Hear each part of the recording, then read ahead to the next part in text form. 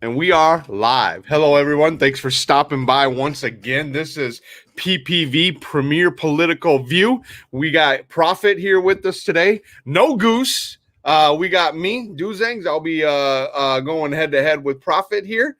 Today, we are going to talk about freedom of speech. But before we get into that, check out this intro video.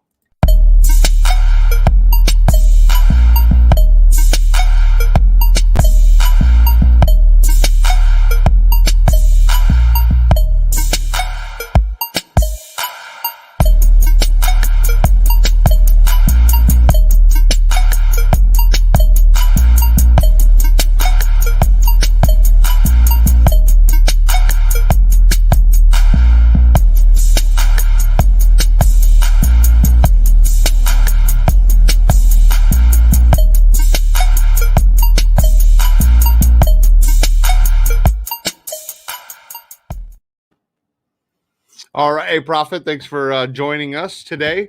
To all the viewers, thanks for joining us. Please comment, like, and share. If you comment, like, and share, you're engaging. That helps not only me, but it helps out Prohfit here as well. Prohfit, do you want to do an opening statement, or do you want me to go first? I mean, I can do an opening statement. Essentially, first and foremost, I am pro free speech. I believe that having the political right to say things like fuck the government or, even as so far as burning the flag, these things are political statements. I don't burn the flag. However, I think that it's important that we protect people's rights to freedom of speech. And I think that that's absolutely fantastic. My argument is that, private companies online have, under the freedom of speech, they have every right of limiting information on their servers, on their websites, on their places of business. And I don't think that the government, I don't think people who want Facebook to be, or to forced to have freedom of speech, I don't think they would want, maybe your food for less to force anybody to say anything in your food for less. So if I went to like your place of business on a private level and started screaming about, the Church of Satan and wanting to recruit people to the Church of Satan, they would kick me out, and they'd have every right to kick me out. So if I'm on Facebook and screaming about, some, election fraud that didn't happen, and they decide to kick me off of that, then that's their right. And so if we want to do away with their rights to limit what speech they have on their platforms, then we have to do it across the board, and we have to open up our grocery stores to the Satanists. Yeah, so I guess where I stand on all this is that I am too an advocate of freedom of speech. I think it's very important. I don't think that it should be censored at all. I do think there's a time and a place, right? Though, so going along with what you're saying, at a workplace, if you will.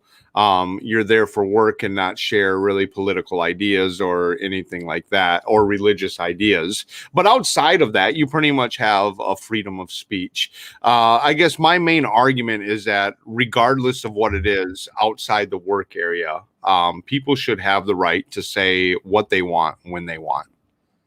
Right. And I have reasons for that as well. To say that, as far as like these big companies, Facebook and Twitter, censoring people, I'm going to agree with you that absolutely that is their right. In fact, to use their platform, we actually sign a contract, or click OK if you agree to these terms. Yeah, terms of service. Right. So in that aspect, we kind of give up our right to have freedom of speech. But I do not think it is a good thing. And that's where I stand as far as that goes. Yeah, I do have a question about because this. Okay, so let's just. Why is burning the flag under freedom of speech? Because I look at speech as press and verbiage, not actions and behavior. well, I think because so freedom of speech also includes written material, and it includes symbolism. So, when I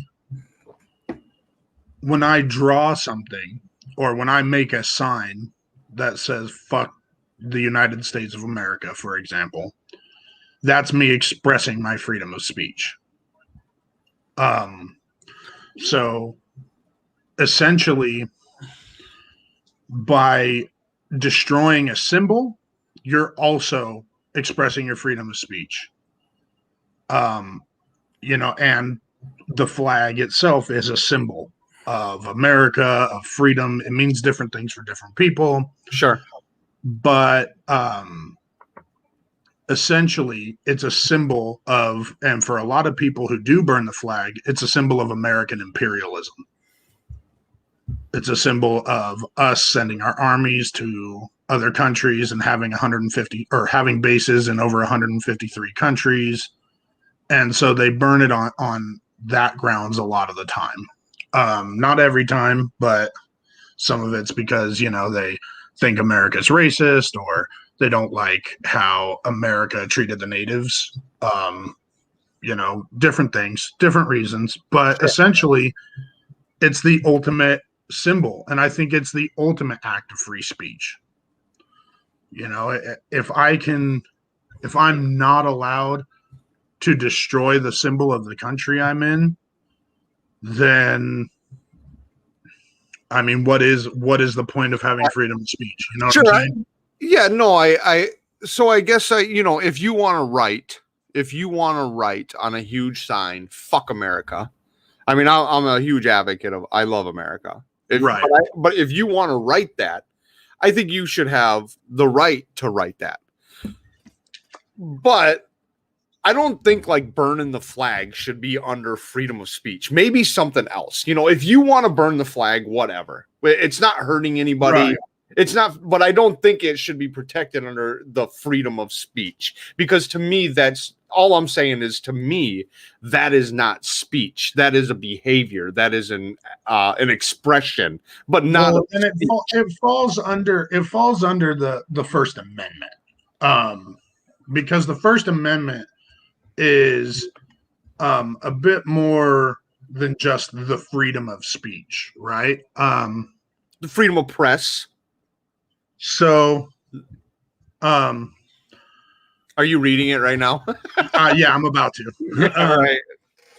Congress shall make no law respecting an establishment of religion or prohibiting the free exercise thereof, or abridging the freedom of speech or of the press, or the right of the people peaceably to assemble and to petition the government for a redress of grievances. So I would more so put burning the flag as a redress of grievances, or expression of a redress of grievances. Oh, everyone get ready here. So, uh-oh. Yeah, no, it's just getting hot. You're pissing me off already, Prohfit. Oh yeah, no, he unleashed the flag shirt. Yeah. Yeah.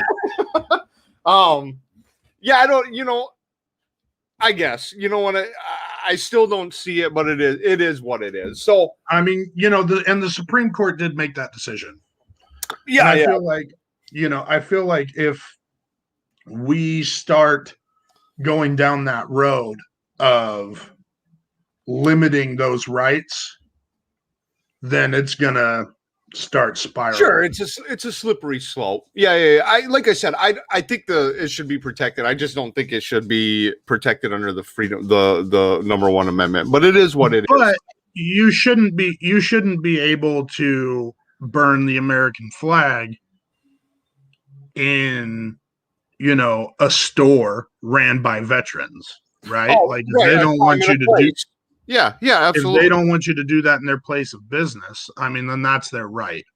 And all I'm and I mean, me personally, like, I'm not 100% against, like, street violence. So like, I'm like, You're a okay, little if you, gangster. yeah, I mean, I'm okay, like, you know, from with when it comes to like fighting, right? I feel like fighting happens. And I don't think that, unless somebody gets like, brutalized to a certain degree, I don't think, Sure. cops should get called, right? That's They're handling their differences, if you will, on their right. own. So, Right, I right. mean, honestly, I don't care. Like if, somebody was to burn the flag and somebody else was to run up and punch them in the face, I would be like, you know what, that's freedom of speech, right? You guys Sure. can both you guys can both Handle it. have your differences, Right. both, do whatever you want. All freedom of speech or the First Amendment does is protects you from the government. The police cannot come and arrest you for engaging in that speech, that behavior, that expression of your opinion. Right. And you know, that's what it means to me. So I don't want any jackboot thugs coming to, stop me from saying what I want to say. But if you don't want that on your platform, I mean, I'd prefer have a platform where every bit of speech is allowed and I get to debate Nazis all day because that's fun. But, you know, But okay, so I just think the term that you use at the time you used it is funny because I mean that's almost saying anybody who don't agree with me is a Nazi and therefore well, should. well, no, that's not what I mean. But that's okay. So that might not be what you mean, but Right. that's how Facebook, Twitter, YouTube, that's how they are implementing this. And Well, I they're mean, framing it as misinformation. They don't want misinformation to be because, spread. because they don't agree with it. Right. Well, because they deem it as misinformation. So, I mean, as to what is misinformation and what isn't, that can get into some really weaselly gray areas, Sure. you know, But but essentially what they're doing is, there's a lot of bullshit on the internet. There's a lot of people that get down rabbit holes into, you know,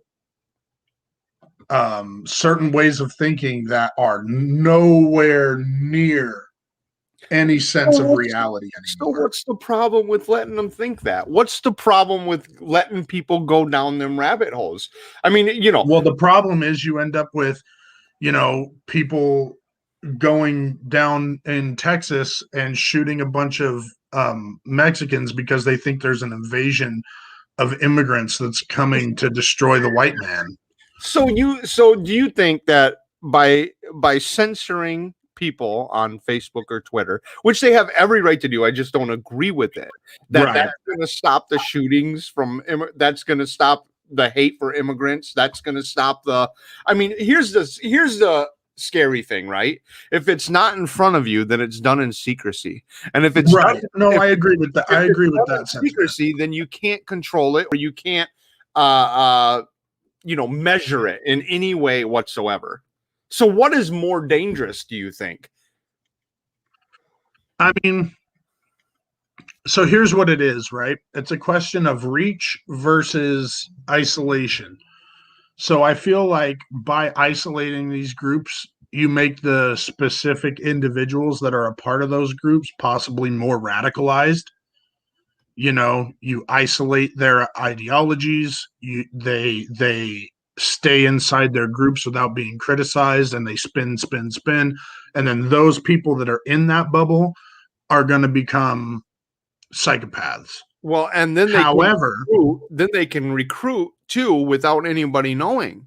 right. However, when you have it open, then it's a lot easier to recruit a lot of people. But at least you know who they're recruiting. At least you have, like, you can go off data on that.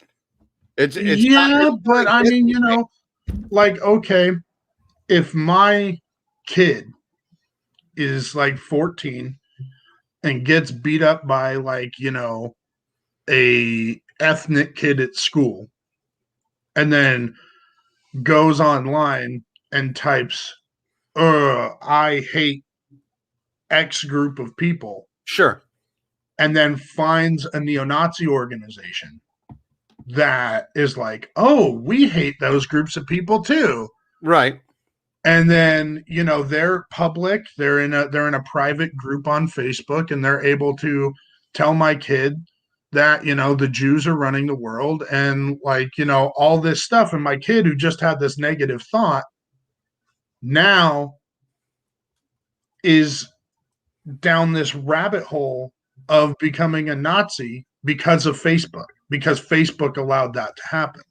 Now, you know, as to how they should prevent those kinds of things and access to that, that's up to them. And I feel like, as a private institution, it's their responsibility. So if somebody becomes radicalized and ends up killing a group of people on, you know, and gets radicalized on Facebook does bear some liability against that. So then it becomes their prerogative to prevent it. If you want a public, you know, network provided by the government where it's all free speech all the time, then the only impetus comes to the people who are on the platform doing the thing, because it's a public platform. So you're able to do whatever you want. And if you encourage kids to go kill people, then you're responsible, and it's got no attachment to the private institution. But if I'm being allowed to, at, you know, your barbershop, stage a plan to commit an act of terror at your barbershop, you can be held liable because it's your place of business and you were allowing that to happen. So, you know, when it comes to that's why when it comes to private institutions, they have to have the means to prevent those things to happen. Otherwise, they can be held liable for those, you know, radicalizations, those misinformation spreads, you know, certain things influencing an election, or certain things influencing, you know, kids to, you know, act out at school. You know, all sorts of problems can come from misinformation. And if you're a private industry, if you're a private business, it falls on you instead of it falling on the people who are engaging in that activity. So if you want to change the laws on that, I mean, you know, then we can talk about that. But well, okay, so let's go the Facebook holding responsibility. I mean, I could see, like, the small business barbershop owner, maybe, but Facebook has never held responsibility for, I mean, they've had live streams of mosque shootings. They've had live streams of someone shooting a TV reporter on live TV, on live Facebook, and they were never held responsible for these. I think that's not a very good point, because they've never been held responsible for what other groups have done. Never. But did they then delete those videos? Did they then? Sometimes after hours and days and weeks, and well, right, sure. But if they didn't, then so that's the point. The point is, should they delete that? Should they delete those videos? Because that's free speech. I'm just sharing a video of somebody getting shot to death. Right. You know, and I think that should qualify under free speech. I don't think that they have the right to, but I don't think that is the right thing to do.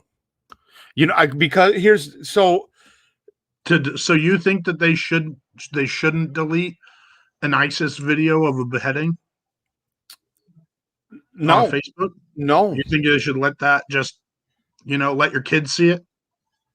Okay, so they can go the YouTube route and put age restrictions on videos. Right. Well, that's censorship.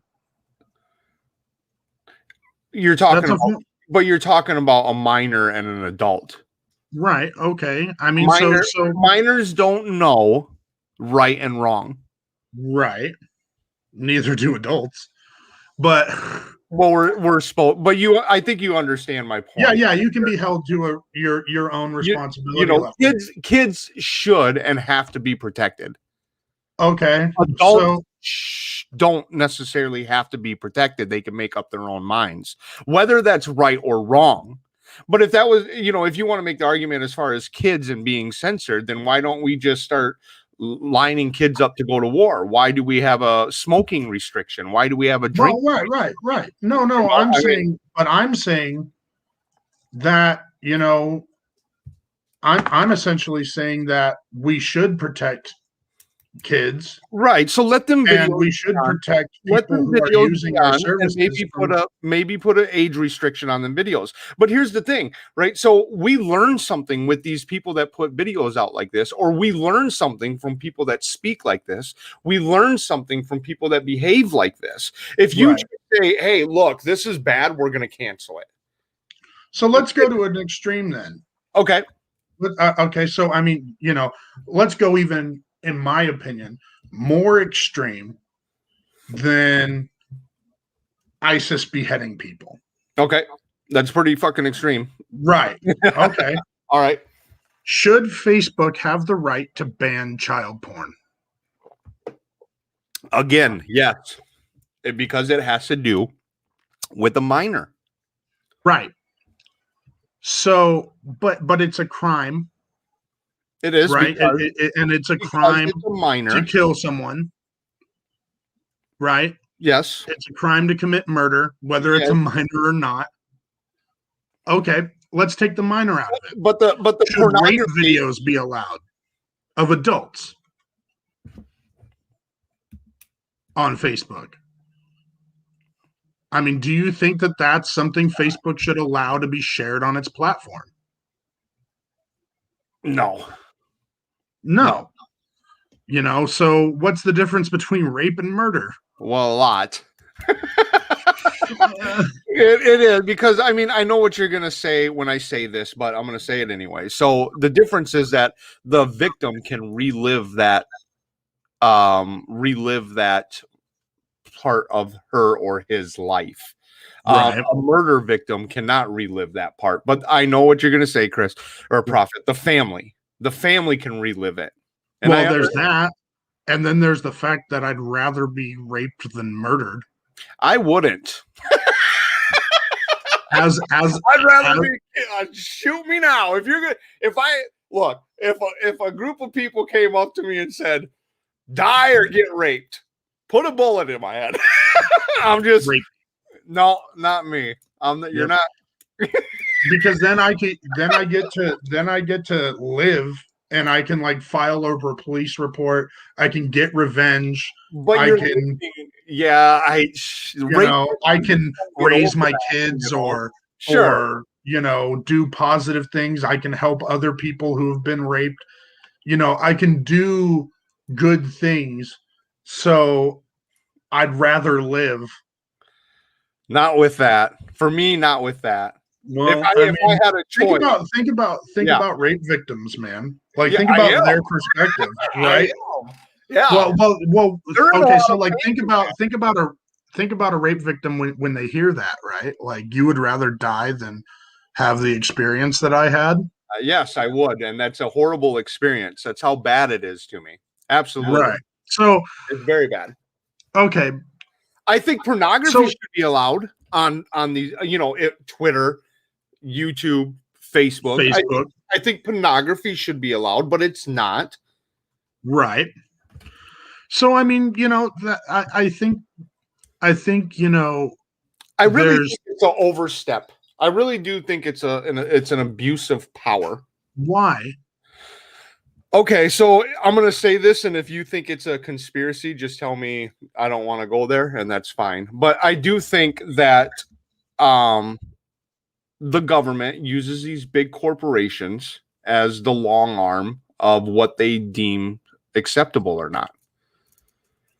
I think that so do you think that we are going to a system of oligarchy, if you will, kind of like a An oligarchic system? I right? think we're already there. I think we've Okay, been there for okay. So 30 years.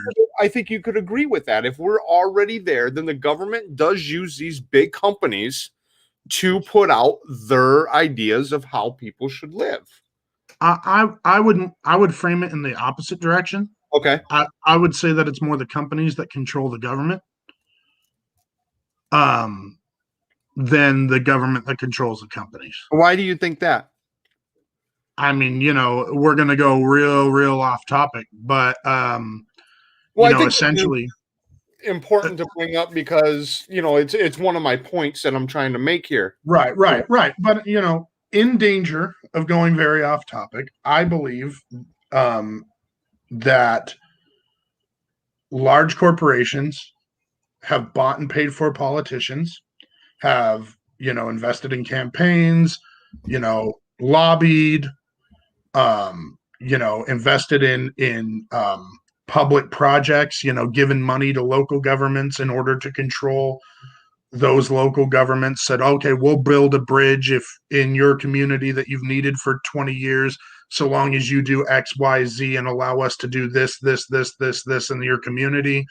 And on a massive scale throughout the entire government. There's constant deals going on. Politicians are being bought off left, right, and center. Yep. And so they operate as agents of the people who pay them, in my opinion. Sure. So, that's why I only actively support politicians that refuse corporate money. But that's the problem. So I see issues of the business, the companies themselves, influencing the government. I don't see the government instituting laws over the company. So if the company doesn't want something on their website, they're gonna make sure that it's not on their website. And then if they want the government to toe the line and say that that thing is fake news, then the government's going to also agree with whatever the company says. Okay. Yeah, I think the government has more power than you give them credit for when it comes to this. But I would think I do stand by my argument that these big companies, if you want to call them big tech companies, I kind of think it's all big companies that are too big to fail. Right. The big banks. Right. I think they are all at the will of the government. I mean, I think that the government uses these companies to enact policies and freedom of speech is one of those policies that they enforce through. Because I look at the rhetoric. I look at what the government's saying. I look at one side of the political arena, if you will, is saying, and now the companies are starting to be like, okay, we can do this, and and they're kind of like moving the goalpost, if you will, or changing their terms of agreement. When I first signed up for Facebook, Prohfit, when I first signed up for YouTube, when I first signed up for Twitter, this wasn't part of the agreement. This censorship. Right. They're changing the rules as they go. And they're doing that, I believe, on the will and the bend of our political system the way it is right now. Like I said, they have the right. I just don't think that it's right that you censor people. Like you said, if you want to say fuck you, America, you should have the right to do that just as much as someone has the right to say, no, fuck you, X group of people or whatever. Right. I think the rights shouldn't be Right. like, Well, so fuck America, but let's not let these guys say this. I mean, where do you draw the line on that, Prohfit? I mean, again, I don't think anybody should be arrested for saying any of that stuff. Do you think, okay, so how about the word Nazi, right? You use the word Nazi. Right. Yeah. I fist fought Nazis. Sure. Guys actually wearing swastikas. Sure. Yeah. So do you think the word Nazi should just be because it offends so many people? Do you think Hitler should be out of the books because it offends so much people? Fuck no. Okay. I mean, and so why would you agree with what's going on right now in the social media realm? I mean, me personally, I would rather have a public social media where everyone is allowed to be there. Everyone's allowed to say whatever they want. Everyone is held individually responsible for the groups that they associate with in that social media. And if a group or organization inspires some sort of attack or act of violence, then that group should be held responsible within the public social media. I think that'd be great because I'd love to be able to post Stormfront articles and tell everybody, because nobody on like Facebook or Twitter or whatever, they don't believe me in how radical and like the plans are with some of these people, and they're like, oh, it's not that bad, and I'm like, no, it's that fucking bad. And but if I try to share the link, I'm not allowed to share the link. You know more about this than I do. Can we say that on here, or will they shut us down? I don't know. If we tell people, well, go look up Stormfront. Don't. Nobody look it up. It's horrible. It's horrifying, and it's scary. Yeah. Don't.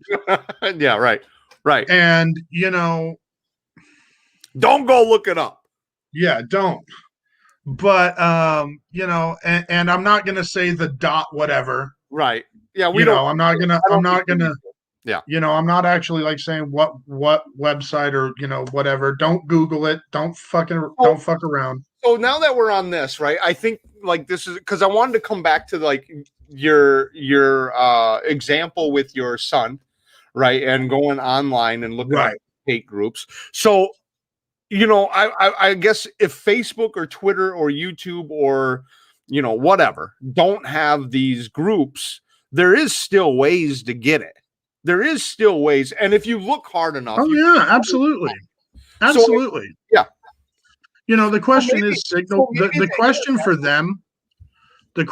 them, as a private business is whether or not they want a signal boost, and whether or not they want their brand affiliated with certain thoughts. The fact is like their business, and so if I, as a Jewish person, am on Facebook and the algorithm, because I talk about Jewish things, right? Like, let's say I talk about, my cousin's bar mitzvah, and then all of a sudden the algorithm starts sending me anything related to bar mitzvahs.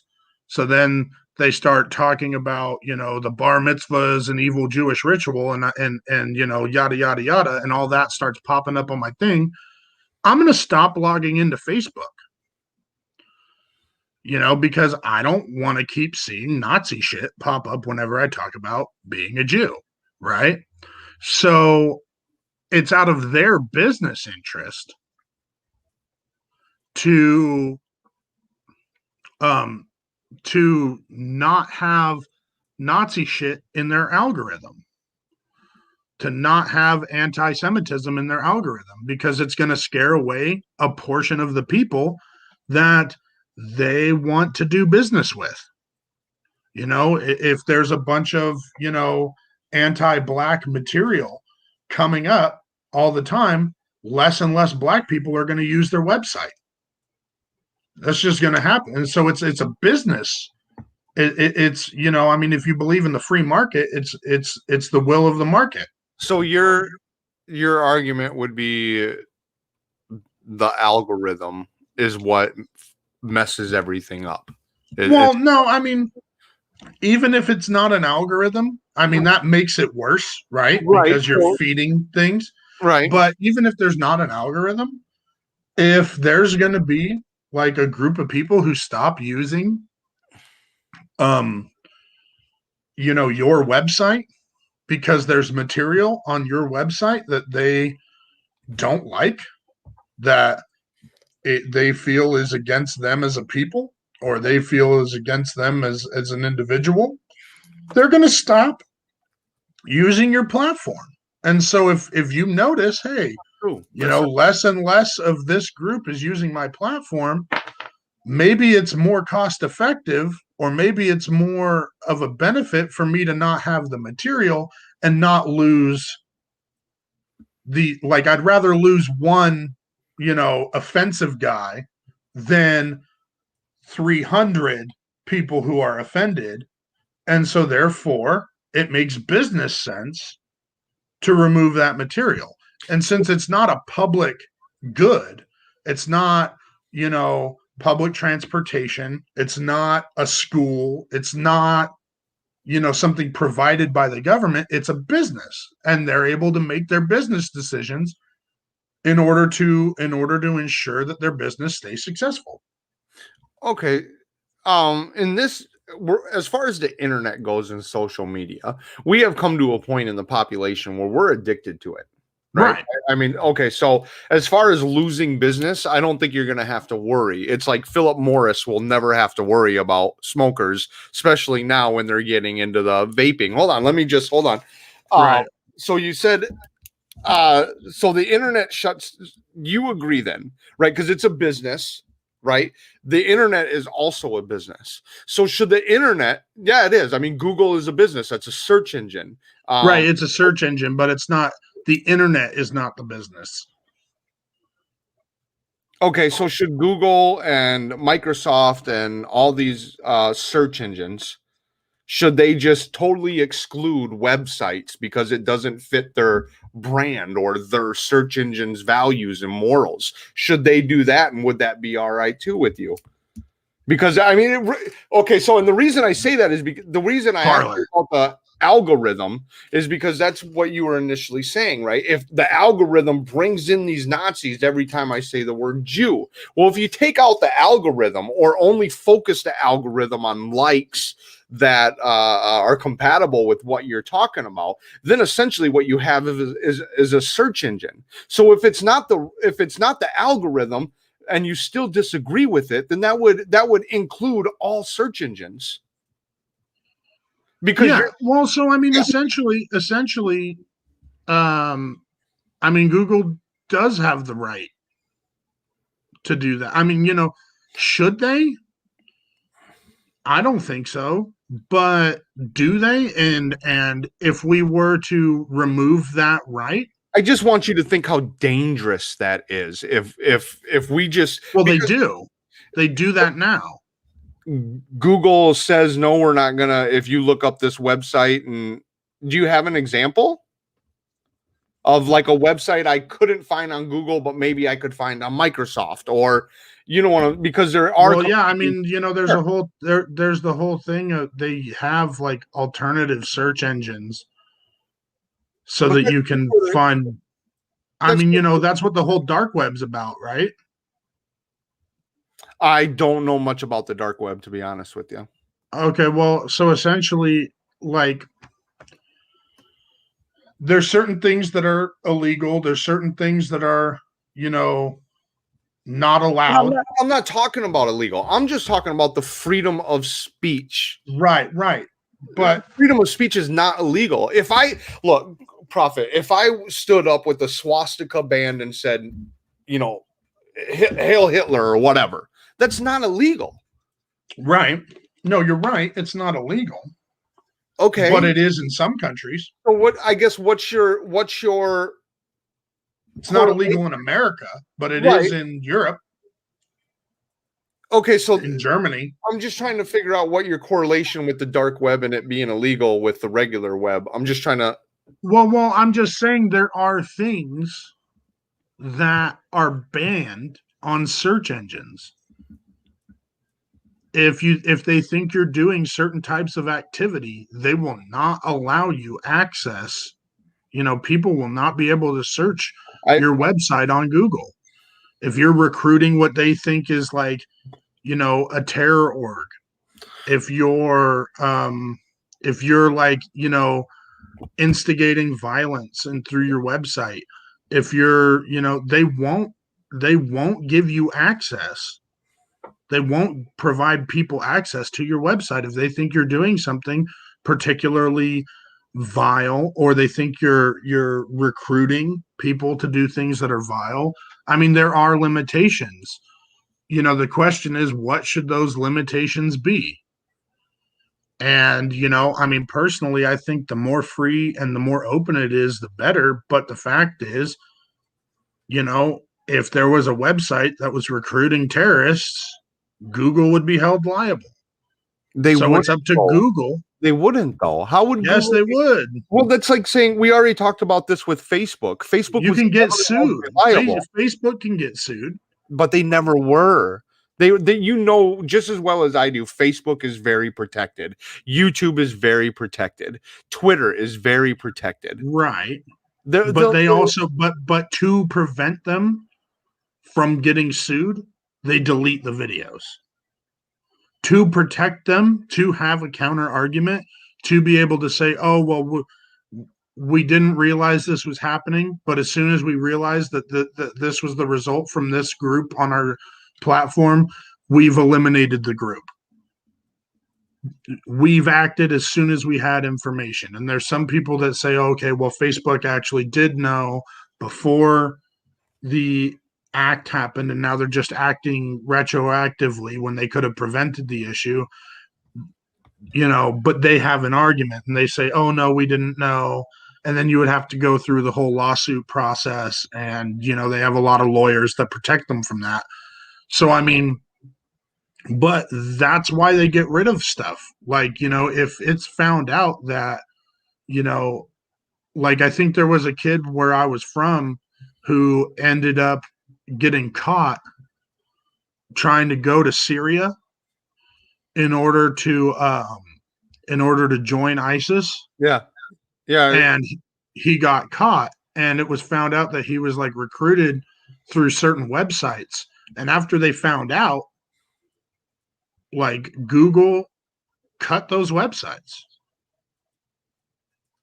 and they have the right to do that. So, that's what the dark web is about, getting around, the Xing out of search engines. And it's mostly for like nefarious illegal activity, but it's also, for people with subversive ideology. So, I mean, I think, again, it comes back to my point. Like, okay, it's something you don't agree with, therefore censor it. Because, well, look, that's their right as a company. That's what they get to do. And I mean, until we I'm just saying it's not the best or the right way. Like, I agree with you as a company, yes.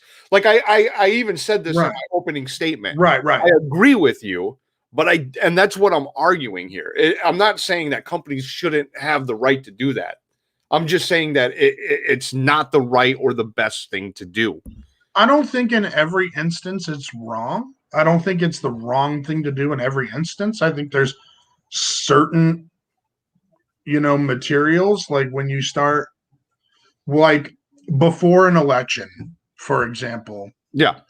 If I start saying, to a certain community, like a swing district, or like a community, not even a swing district, let's say a community that specifically, and for sake of argument, I'll say Republican, right?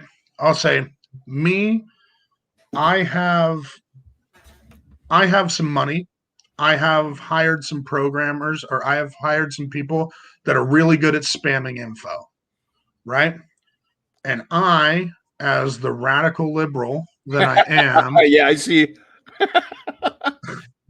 I decide, you know what? I'm going to use my big Jewish money to, um, Your George Soros yeah, money. I'm going to use my George Soros check that he cuts me once a month. Thanks, George. Love Yeah. it. So yeah, I'm going to use my Soros money um, to essentially tell everyone in this district, I'm going to flood it with ads on the internet. If you live in, you know, Old Town, you know, Georgia, if you live in Old Town, Georgia, insert town name here, Right. I'm going to say, hey, everyone in Old Town, Georgia, guess what? They've changed the day to vote. Instead of on November 8th, it's on November 12th. And they don't want you to know that they've changed the day. They want you to show up on the day you thought it was, and then they'll lose your vote. Don't go. Don't go. This is what they're trying to do. And we as Republicans need to unite and get behind and make sure that we vote on the 12th. Don't show up on the 8th. Show up on the 12th. The 12th is when you need to vote. And then that didn't happen. That's misinformation. It actually is the 8th. But let's say 10% of the people who saw me believed it, and now they don't vote on the 8th. That could swing an election. So that's misinformation used in a way that's absolutely dangerous. And so I think in certain examples where I mean, personally, I want to have as much freedom of speech as possible, but I think that there's real risks in allowing certain misinformation to go through. And I'd be okay. I think it'd be a moral thing for Facebook to stop me from doing that to Republican voters. I think it'd be a moral thing for Facebook to stop people from doing that to Democratic voters, or, saying like, hey, if you go to vote, they're gonna, like doing ads in Spanish or whatever, saying if you go to vote, they're gonna make sure they're gonna use that information to find any of your family members who may or may not be citizens and kick them out. So if you go to vote, you might be making sure that your cousin who is undocumented is going to get deported, and then that person who has the legal right to vote may not vote because, and that happens. That actually happens. So,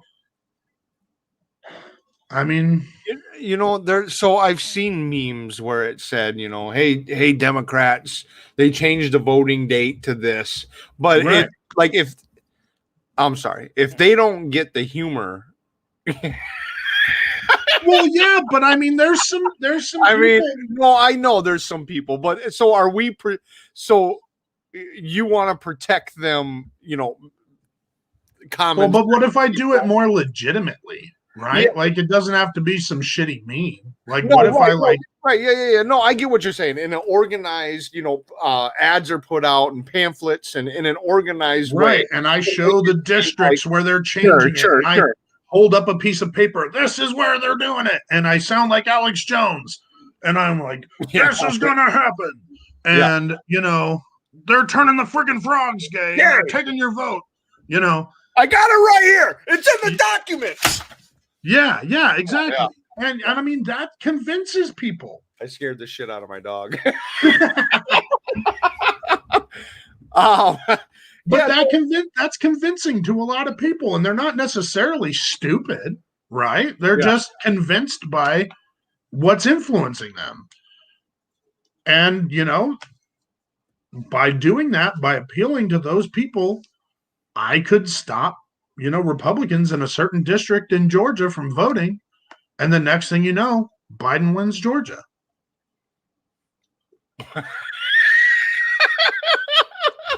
Didn't but didn't Biden win Georgia though, or did yeah? So so yeah, let's um okay. That's a tall glass of water on that. Yeah. So how about the and I don't know if you don't want to go here, just tell me. So Okay. I'm just trying to, piece things together. So we talked about the flag here, and it's an expression of freedom of speech or whatever. Right. And then we're talking about businesses and what they have and don't have the rights to do. And, so the first thing that comes to mind when you say that is, and I know it's the cake thing. Right. And then, the government stepped in and actually went against the business on that. Right. So I'd like to know, I guess, where do you stand on something like that? So, because I mean, that's a preference or an opinion. Right. Well, and I mean, and it is at the same time, the federal government can stop a business from refusing service to a black person too. Now, but you said not too long ago that it's the companies that hold more power over the government than the government does over the business. Right. I'm confused, Prohfit. Okay, so in certain instances, there was people power that was able to create, or that was able to influence politicians beyond their, beyond who's paying them to, enact certain restrictions on businesses. George Soros. yeah, George Soros. My daddy, George. Yeah. So, but the civil rights movement forced the government to do what it was going to do. Otherwise, it was going to lose the black vote. Plain as day. Right. So, and then they would be out of jobs. So, that's saying that as evidence that the companies don't run government it's like that was a rare success of the people. Okay. Getting segregation ended was like something that was fought so for. even the sun shines on a dog's ass some days. Right. Well, I mean, you have to fight. Literally, you have to have dogs set on you. Yeah. To be able to influence the government to do something that goes against what the businesses want. So we can't. I mean, look, for example, minimum wage. Whatever you feel about it, whatever I feel about it, the minimum wage is popular, right? According to most polls, a majority and most people want a minimum wage to happen. Yep. Or an increase, a minimum right, or a minimum wage of some kind, or an increase of the minimum wage of some kind. More people want 12 than 15, but still with 15, it's a majority. I believe it's like 60% or so. Sure. That's not going to happen without people in the street. That's not going to happen without politicians being threatened. Medicare for all is popular. It's not going to happen unless you get out there and force the issue and hold the politicians' feet to the fire, as they say.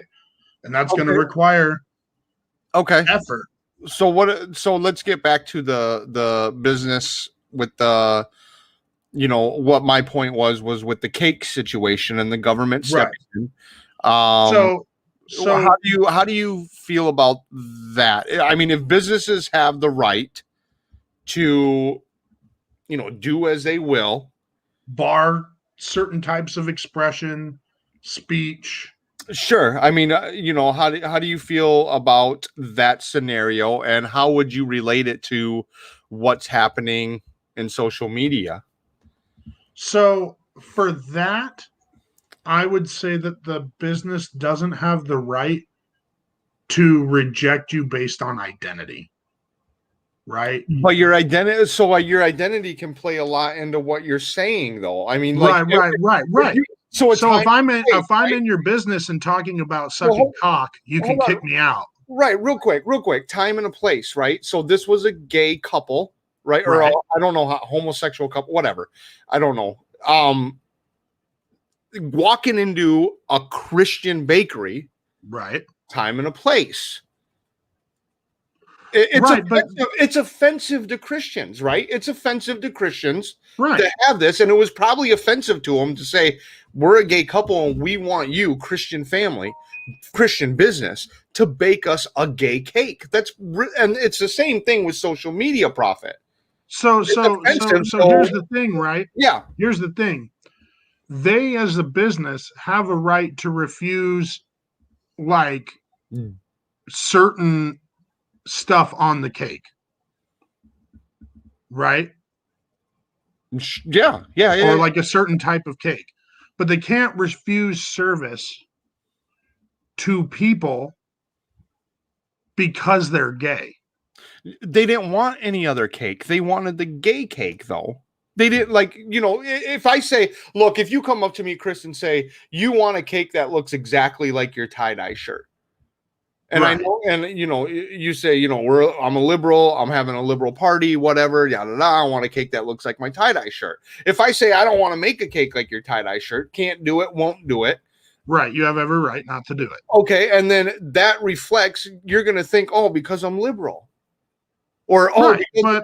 because I smoke weed, or because I like right. Whatever. But that's your right, and you can do that. But and you're going to lose my business, but that's okay. Sure, but how do you know that it's not you, it's your shirt or what the values and beliefs? Because that's essentially but that doesn't matter. What do you mean? Because it's not a protected class. Being gay, as a human, is a protected class in society. But these people didn't even ask for a different cake. That's my point. They wanted that cake, and they said, we don't want to make that cake. I mean, okay, I need more details, because it was a long time ago, and I don't remember. Gay wedding. He didn't even, I don't think, requested to make a different cake. It was just that cake. It's not like, okay, you can't do that. Well, can you do this? And, it wasn't, no. They had refused to make them a gay cake. To make a wedding cake for a gay couple. I don't think it was a particular cake. I think they refused to make a cake for the couple because they were gay. Which is offensive. Right, but that's saying, okay, I'm not going to do service to you because of your identity with a protected class. Well, what, the little top pieces that you put on the cake, all of them are like male and female. You know what I'm talking about, the top pieces. Right. Yeah, so, I mean, if they said we want male and male, or female, then, I feel like you could. I don't think that that's what the issue was. And I'd have to read more into it. Yeah, it was definitely something. I don't think that's. I think what the issue was that a gay couple went in and said, we're getting married. We want a wedding cake. And they said, no. Based on the fact that they're gay, we're not going to supply you with the cake. Now, I could be wrong. I don't think it had anything to do with the man or the man-woman. And I think if that's the case, then I would feel like the business has the right to say, look, we're not going to provide two male, figurines. I'm just making an example, but right. I think they'd have the right to say, look, I don't want to write, anything about being gay on the cake. I don't want to put gay figurines on there, but I'll still make you the cake, and then you can do whatever you want with it once I've made it for you. Sure. Yeah. That's fine. The problem is the refusing service because they're gay. Now, if you wanted to kick them out for wearing a I'm gay and proud shirt, then that's fine too. The problem is because that isn't your identity, that's what you're wearing on your shirt, right? Yeah, no. It's That's just your expression of it's your identity. it's the what do you called it, a protective class, right? A Right. protective. Why do we have protective classes on some people? Protected class. We don't have protected classes on other people. I mean, why doesn't it go both ways on that as well? Well, I couldn't kick you out for being straight. Yeah, I couldn't say you're a I business. only serve gay cakes. Sure, you could. No, you could. No. Prohfit. Not legally. You would sue the shit out of me. If I said I will not provide a cake to a straight couple. Should it be like that? Let me ask you that. Should it be like that? Do you think that every business should have the right to say, we don't want your business, or we'll take your business? Do you think it? I think that the business should have the right to decide who they want to do business with on any other issue besides the identity of the human being. Besides the identity of the human being. Right. Like, I don't think I should be allowed to say all people who are shorter than 5'8" don't get access to my products. All people who are over 5'8" get a reduced price on my products. I don't think that that's right. Now, if I want to say that any short people who are wearing a shirt that says short people are better than tall people, I can kick them out of my business. Yeah. For wearing that shirt or saying that or being on the phone talking about I hate tall people, they could all burn in hell. Get out of my business. I'm tall. Right. You're talking about me. Yeah, get the fuck out of my business. That's fine. That's total legit. But refusing them because of who they are is the problem. If you go into a business that's a Christian business or that doesn't like any sexual content at all, and you're talking about, how many dicks you sucked last night, then you can get kicked out because you're talking about something that I don't want to hear as a business owner. That's my right as a business owner. Yeah. I can refuse service to you for that. But just because I know you and I know you may have sucked dicks last night, it's not okay for me to refuse your service because of what you do, because of who you are, what you're attracted to, and what you engage in. I think that that's wrong. Yeah. I mean, and it's a pretty clear cut thing for me. I don't think there's a lot of gray area there. So do you think let's go to the press. Let's go to the press and like newspapers and stuff like that. So we got with this whole fallout from the Trump administration and Biden being elected. When Trump was first running, we heard a lot. Well, I did anyways, but we heard a lot about Breitbart news, which a lot of people classified as, fake news. Now we got, what is it? Newsmax or whatever. Yeah. And OANN. Right. And then InfoWars and, et cetera. Right. Why is it, I guess, that they can produce or write, or even Huffington Post, basically the media can write anything they want or say anything they want. and that's okay. And I understand it's a business, but they're serving the public in a lot of ways as well. It's a freedom of press just as much as it's a freedom of speech. So you can actually, and InfoWars, for example, that was a business. Why did they get shut down for, what you would quote as misinformation? They weren't using, Facebook as their main source of a platform, or they had their No, they own were using YouTube as the main source of their platform. Okay. So their site, like, you can still, InfoWars still runs. Hey, hold on, Prohfit, you want to be famous? I mean, you can buy viewers, dude. I mean, no, I don't want to buy viewers. What the hell is that? Yes. I want to buy Jewish viewers. George Soros money bought Jewish viewers. Yeah, exactly. Yeah. That's what I want. Yeah, no, I'm good. Maria Ann, whatever. Yeah, no. There was a lady in a chat that posted this link, and she was like, "This is where protesters are getting paid to protest." And I was like, "What? Awesome." So I clicked on it because I'm a protester, and I was like, "What? I could get paid?" And I clicked on it. Yeah. And I clicked on the link, and it was like all looked legit. And I like scrolled down, and they were like, get the number down below. And I scrolled down, and they were like, "There is no paid protester, you idiot." And I was like, did you scroll down on what you sent? Like, and she was like, "Well, there are paid protesters." And I'm like, "Did you scroll down on your link?" And she was like, and I was like, "Yeah, right. Okay." No.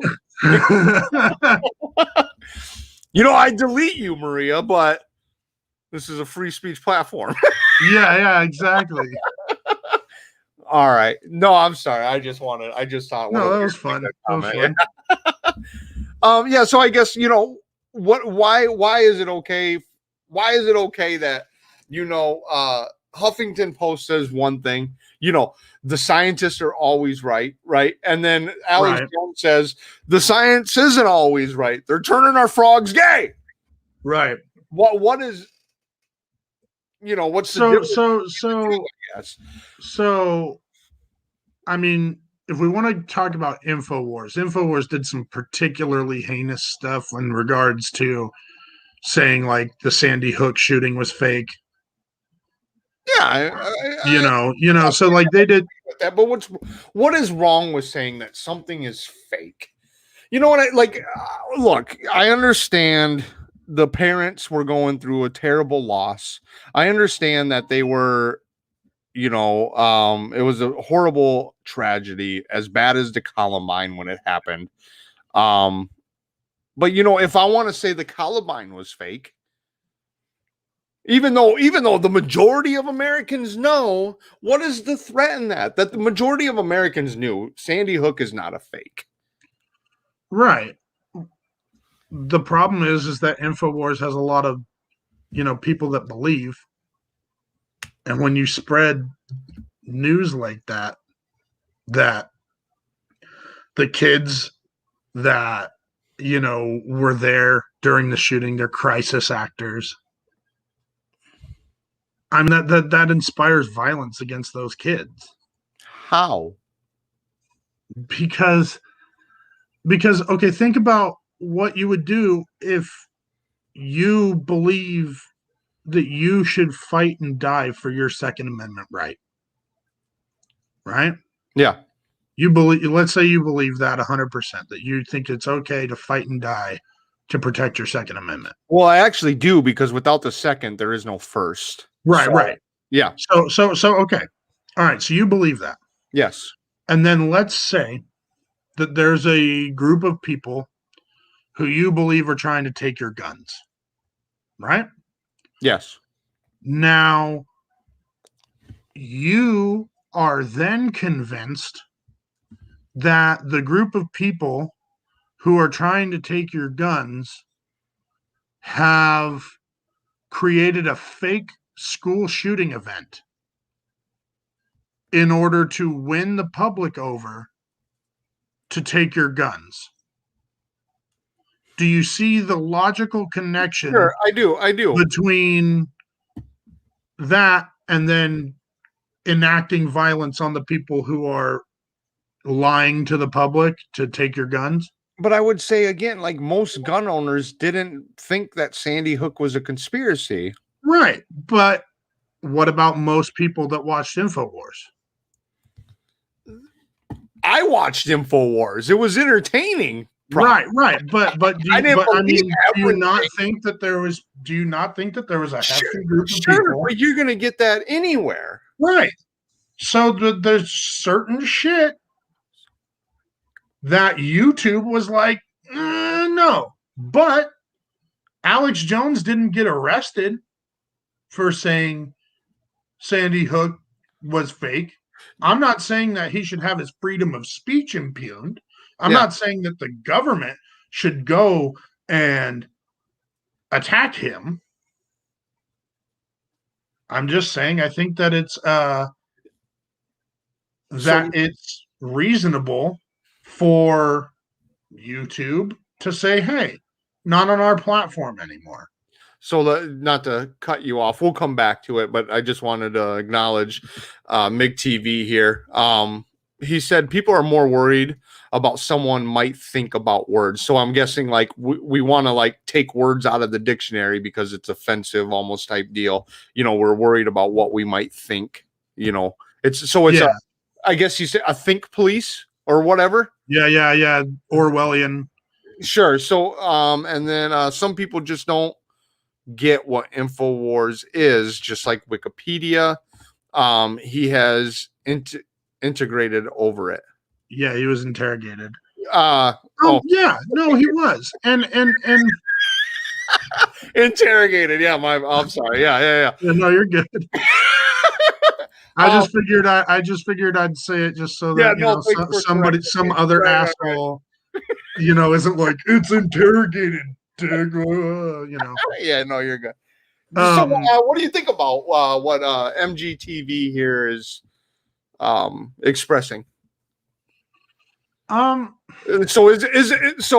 I guess what he's kind of saying here is that is the censorship on media platforms and in the news and yada yada, is it more of a thought police that they want to control our thoughts?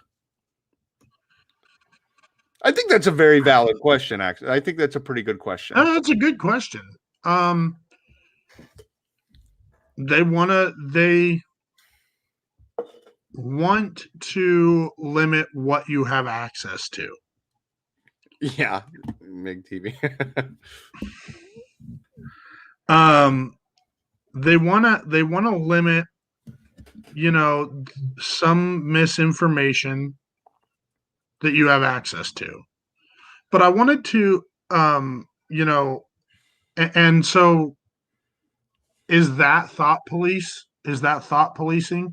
I feel like thought policing would be me knowing you've had a certain thought and arresting you for having that thought. Sure. That's how I would frame thought policing. Because then, any teacher ever, controls what they're teaching the kids. So are teachers thought police? If we're going to go down the road of like, that's in a sense, yeah. If you go outside of the curriculum, is it thought policing or is it indoctrination? Is it, yeah. Those are different things, though, right? Thought policing is, in my opinion, arresting you or policing you because of a thought. So if you can take like certain thoughts away, right? Like you're not allowed to think this. But the thing is, you're not allowed to think implies you will go to jail, right? If you think this thing, right? But that's not what YouTube is doing. But our thoughts come out in our words, or our thoughts, right? And they're saying you're not allowed to express those thoughts in this area. Right. Yeah. So if you're at my bar talking about how you believe that women should be subservient to men and women are being felt uncomfortable by what you're talking about in my bar, I can have you leave. Yeah. So, it's just like they are limiting what you have access to on their platform. If you want to go to another platform that allows you access to that, you can. That's the point. And I agree. Like again, if you don't like this platform, go make your own.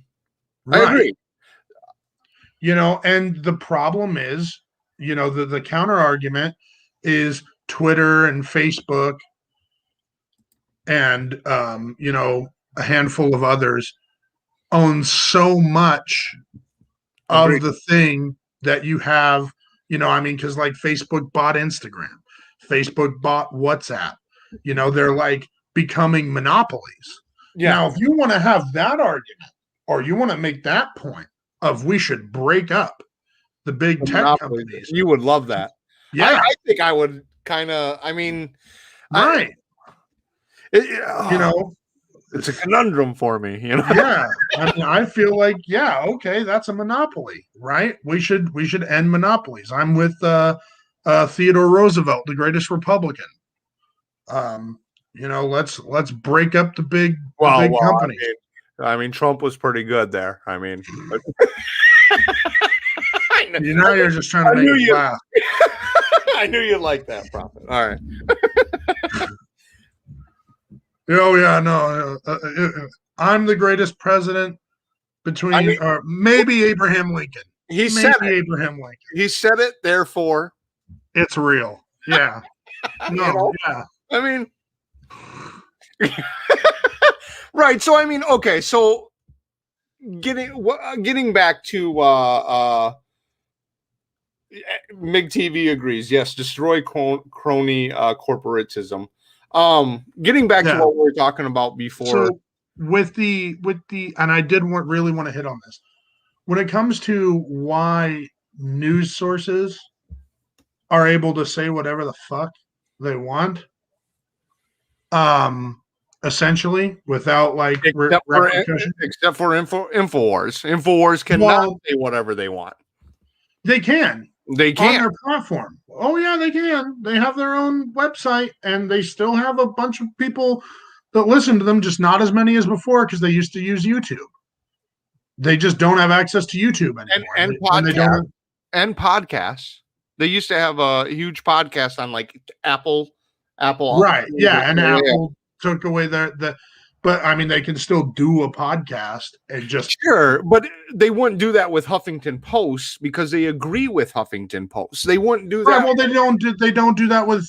I mean, I could say they don't do that with Fox because they agree with Fox, or they don't do that with other conservative outlets because they agree with other conservative outlets. And we can talk about that if we want, but my point is, the reason why news is not held to, a certain standard, right? Like MSNBC and Fox News can both be reporting the same event and talking about and basically say two different facts, and that's allowed, is because, like they could say like, oh, it's all the Democrats' fault, and the other one could say it's all the Republicans' fault, and neither one is the truth. Yeah. That's allowed because under Reagan, he eliminated the fairness doctrine. The fairness doctrine said that any agency who purports to deliver news must deliver the truth. And if not, then the FCC can regulate them. He removed that. And immediately after he removed that, you saw a huge blow up of talk radio. And then within 5 years, I believe it was 5 years, might be 10 years, then Fox News showed up. And then MSNBC showed up. And then CNN started getting more slanted. So as soon as you had these as soon as you had these this law broken by Ronald Reagan, who's done a lot of things, by the way, that conservatives shouldn't be happy about, like taking away my Californian guns. Yeah. But so the fact is he eliminated the fairness doctrine, which then allowed news to lie to you. So, if you want to blame someone, I've been blaming Reagan for years. I'm not gonna blame Reagan, Prohfit. If anything, I would blame the guy. Gosh darn it, I can't believe I don't remember his name. Polio. I will not stand for this. Oh, FDR? World War, FDR. Franklin D. Delano Roosevelt. Yeah. That's my guy. That's my guy. That's why I blame him. Oh, okay. That's the guy. I'm just saying. Look up Woodrow Wilson. Horrible I hate Woodrow Wilson. One of the worst presidents. Wilson? Yeah, I don't like Woodrow Wilson at all. I don't know too much about him. I'll have to look into him. Horrible. He was actually the one that started this whole United Nations. When he started it was the League of Nations, and that actually after World War One. Yep. So so essentially, I mean, look up the fairness doctrine if you want to have an understanding of what it was and why news was different before Reagan, and then it became different after Reagan. I got it right here. Well, it says it was a former federal policy. Right. Yeah. It was eliminated. Okay. It used to be how we operated. Okay. And then I believe it was under Reagan. Well, actually, it says it was introduced in 1949. Yeah. The fairness doctrine was introduced, and then it was eliminated in the 80s. Oh, yeah. I'm seeing that right there. Yeah. 87. Yeah. Right. Okay. Yeah. I'll look into that a little bit more. Yeah. So when they started coming out with the TV and they were doing news on television, they were like, okay, we need to make sure that this is honest and truthful and, not BS. If people are seeing it on TV, it needs to be legit. And then Reagan was like, nah. Not anymore. It doesn't need to be like that. Right. And then essentially, I mean, you look at one of Ronald Reagan's biggest contributors, Rupert Murdoch, the guy who then created Fox News. So, yet another example of rich people contributing money to politicians, and then all of a sudden there's policies that are created that really benefit those rich people. Right. Once again. Yep. Mysteriously. Yeah. Because, those donations don't influence politicians. My fear is that it will come to a point where we're not able to express opinions anymore. That's really my the end game. And if you're not able to express opinions anymore, then your thoughts in a sense are being, I guess, pressured to be controlled. Not necessarily controlled, but pressured to be right. Yeah. I would say that your thoughts are being manipulated. Sure. Not necessarily policed. I mean, I think that words are powerful. The reason of the manipulation is what? For the control. I mean, you don't manipulate someone because you don't want control. You don't want them to have control, but you want control, right? So if you were, let's say you had, your girlfriend, let's say you were manipulating her, it would be for control. Right. Sure. So, I think, well, I mean, yeah, obviously, every one of the major news agencies is owned by a special interest, a wealthy. And I, real quick, I will say it used to be like that, but now Fox News actually isn't quite like it since what's his name, Roger Ayers. Oh, Ailes. Since Roger Ailes left or resigned or what have you, Fox News has actually changed a lot. It really has. I'm sorry. Go ahead. I just wanted to address that. Yeah. Where was I? My bad. No, we're talking about manipulation and controlling of thoughts. Yeah, I mean,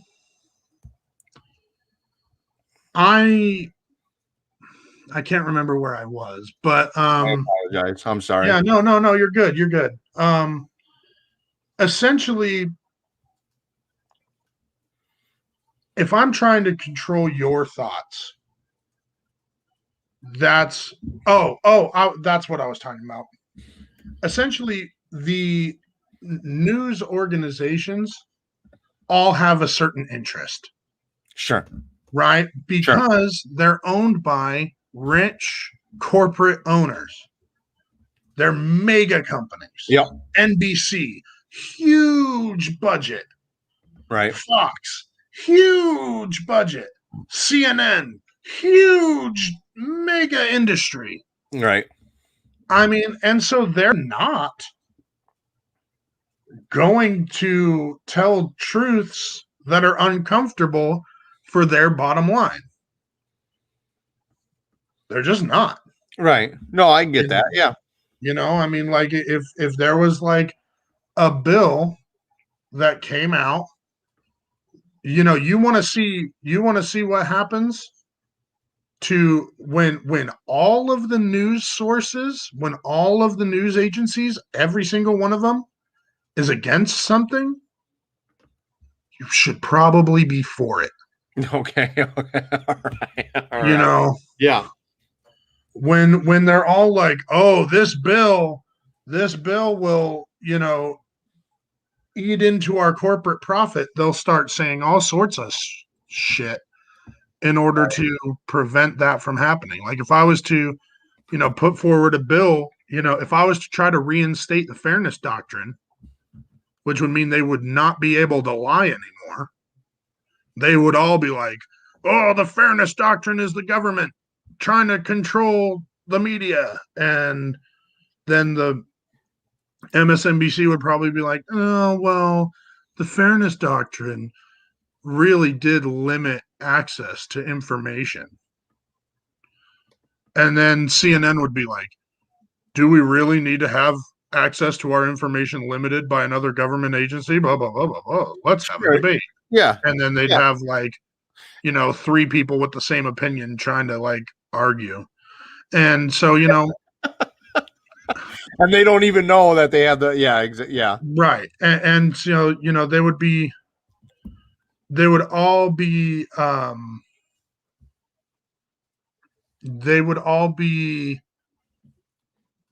putting out the same they'd all be on the same side with different arguments. Sure.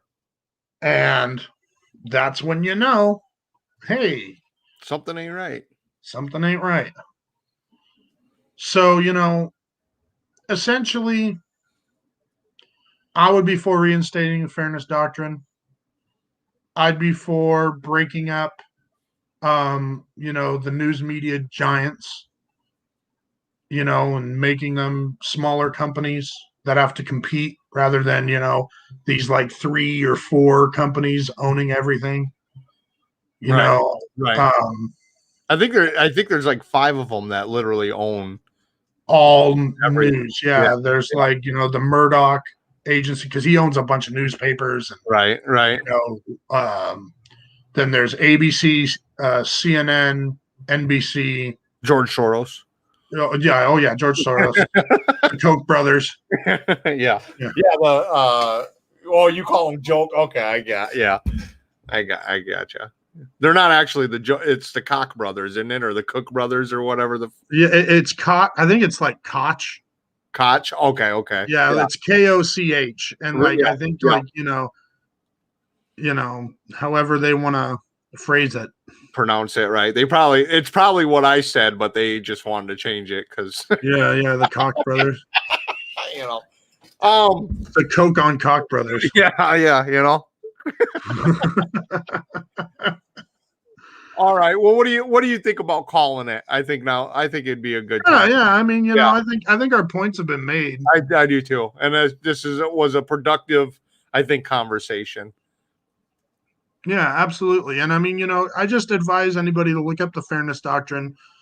I advise people to make sure that all their information is sourced from multiple types of media and preferably peer reviewed. Especially when you're dealing with data and stats. Sure. Yep. Make sure it's peer reviewed. He said they pronounce it Coke. So yeah. He would know. I think he's Canadian. So. Oh, okay. I don't know what that has to do with it. All right, go ahead. But yeah, so essentially, just try to make sure that your information is as multi-sourced as possible. Sometimes go outside of the United States for your news because they're going to have less of a left-right perspective and more of like this is what America's doing. You might not like this, but for my there's two other outside U.S. news sources that I watch, and that's Al Jazeera, right, and then RT. I think it is. Yeah. Russian. I used to watch RT. Yeah. They have interesting stuff on there. I watch Vice too, and Vice is super liberal, but I still watch it. Yeah, and RT can be pretty liberal sometimes too. Sure. Yeah. Al Jazeera, pretty liberal. Yeah, I watch BBC too. I watch British stuff from Germany translated or with subtitles. Sure. Just to try to get as many perspectives as you can. If you see it on the internet, don't necessarily believe it. Right. Yeah. Right. Question everything. And, essentially just make sure that when you're talking about, if you really want to open up free speech. Here we go. Yeah. Epoch Times. Yeah. I'm not really an Epoch Times person, but yeah. True North. I've never heard of True North. Yeah, I've never heard of those either. Yeah, no. Okay. But yeah, essentially, just try to, spread that out. And then if you're talking about freedom of speech and you want, Facebook and YouTube and these other, social media giants to have this freedom of speech, policy where they're restricted from being able to, essentially you'd be having the government tell them that they're not able to infringe on anybody's First Amendment, then that needs to be extended to all businesses. If you get to say whatever you want on Facebook, YouTube, or whatever, that's great. Yeah. I will say whatever I want on those things as well, and you won't like it, probably. All right. And then I also get to go to my workplace and hand out union pamphlets, and I get to go to your grocery store and hand out propaganda as to why socialism is the best policy. And I get to be there at your grocery store. I get to be there and the owner has no say. Sure. So, if that's what you want, then okay. but I don't think most people want that. And that's Okay. Yeah, so I think again there's a time and a place. I do agree with Chris that these businesses and these corporations, I'm sorry, I keep calling you this Prohfit. yeah. I have a friend that I work with and his name's Chris, and I'm just constantly but whatever. Yeah, I got you, man. It's all good. Just don't say my last name. All right. So I agree with Prohfit, businesses and corporations, they absolutely have that right because they are considered as individuals, if you will, and that's their property and it's private property in a sense. So I do agree with Prohfit as far as, these businesses and corporations and stuff do have a say in what is said on their property or in their business. I just don't think that's the best idea because it does in a lot of ways it does infringe on our First Amendment. I guess I'd like to close with a quote from George Washington. If the freedom of speech is taken away, then dumb and silent we may be led like sheep to the slaughter. And I'll end with that. I'd like to thank Prohfit for joining us. If you'd like to see me and Prohfit again, we'll probably be here next week, hopefully, depending on our schedules. I really enjoyed this. I really like this. You are one of the very few people that I disagree on almost everything, but can have a conversation with. So I really enjoy that. Same. I'd like to thank MIG TV here. And the spammer H. Maria Ann. Thanks for your spam. It was very useful. I love spam. Yeah, I do too. It's great on toast. Still to contribute. Yeah, contributed a lot to this live stream. I appreciate you. To the fullest extent. Let me tell you. Thanks everybody for tuning in. Like it, share it, tell people about this, helping me. Prohfit actually is going to be having his own. Yeah, I'm still working on it, and I'm going to be putting out a podcast relatively soon. And so yeah, I'd like to be a guest on that. Absolutely, yeah. So, when you get that up again, I know I say this all the time, but just for the people that are new. When that's put up, I will mention it here, and Prohfit will tell us about it, I'm sure. Absolutely. I'm excited. All right, cool. Thanks, everybody, for showing up and engaging with us. It's really awesome. Thanks.